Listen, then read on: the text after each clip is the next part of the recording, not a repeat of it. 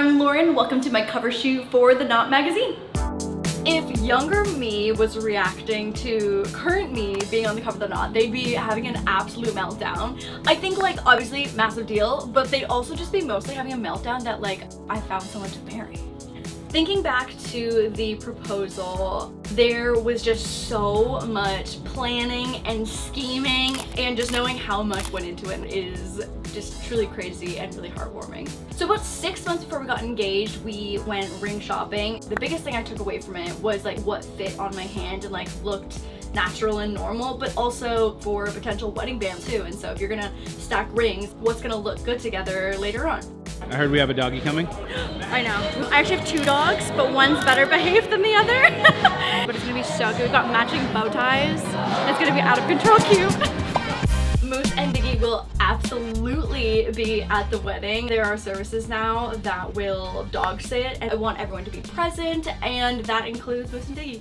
Wedding style is gonna be outdoors. I did an inspiration quiz, which I think was really helpful. Your style is eclectic and whimsical with a touch of DIY. The setting could be a garden, vineyard, winery, or farm and ranch. And then my color palette, I've got pinks, pastel purples, again to kind of just tailor in which direction I'm kind of going for the overall aesthetic and overall vision. I think from the Knot app, the #1 most helpful and useful tool has been the scheduling and the planning in terms of timeline. Like, until you're planning a wedding, you have no idea how in advance everything needs to be. And so being able to go month by month once you set a general like season or date for your wedding has been so incredibly helpful. And I think that I feel slightly behind already, but I know that I'm behind because I have the scheduling tool. I'm so excited to have DIY elements in my wedding, but hire vendors like food, baking, and florals. I can be like, oh, I love a pink flower, I love a yellow flower, but like I don't know anything about flowers and when they're in season and which ones look good together and which ones are gonna make people have allergies. I don't know. So I'm really excited, I think, to have vendors, but I am really excited to have small DIY moments.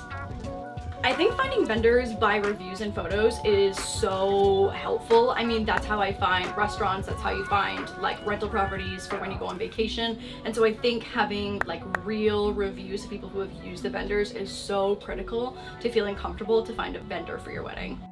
What was your favorite part of the day? Honestly, a lot of these looks are like out of my comfort zone.